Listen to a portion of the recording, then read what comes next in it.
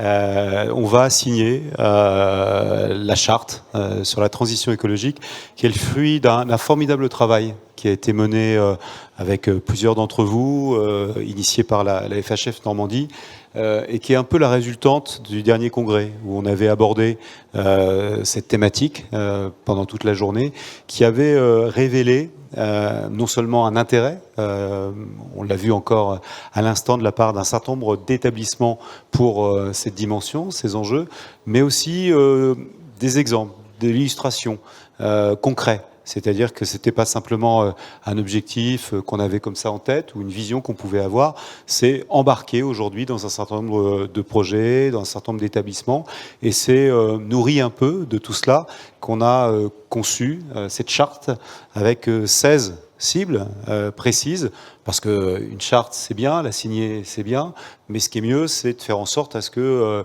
ce qui figure dans la charte se réalise. Et en tout cas, c'est aussi une façon, je l'ai dit tout à l'heure dans le propos introductif, de qualifier aussi les établissements normands.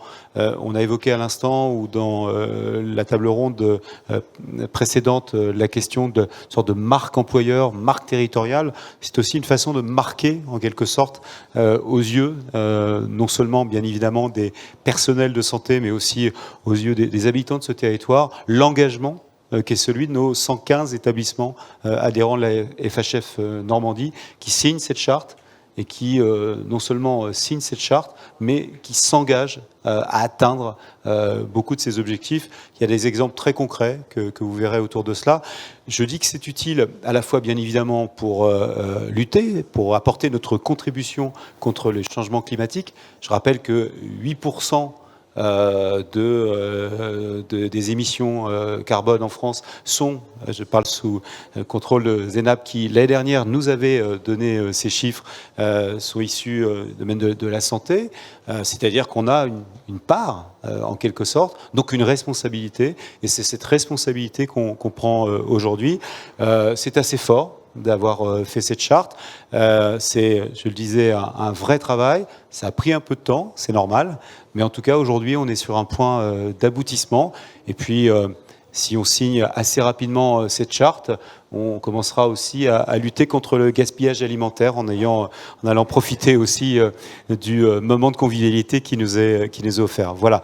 Donc, je vais inviter tous les responsables des établissements à venir me rejoindre ici pour formellement qu'on puisse en quelque sorte signer, en tout cas procéder à une photo qui vaudra signature de cette charte. En tout cas, un grand merci pour l'investissement de tous et toutes, et merci bien évidemment à Stéphane et à Mathilde qui ont aussi accompagné par conviction aussi cette belle démarche. Donc je vous invite à venir me rejoindre. La commission de sécurité m'a dit qu'on pouvait être assez nombreux sur cette scène, donc n'hésitez pas à vous avancer pour qu'on puisse prendre une photo tous ensemble. Bon, les autres peuvent aller déjeuner, mais ils peuvent aussi assister à la signature. Je m'éloigne un petit peu. J'ajoute que vous pouvez en profiter pour aller faire des photos avec Fiona dans le cadre d'un projet en parallèle avec les Jeux Olympiques. Des photos représentatives du monde hospitalier. Donc, vous n'hésitez pas si vous croisez Fiona. Et puis pour tous ceux, toutes celles qui vont déjeuner, revenez cet après-midi, on parlera communication.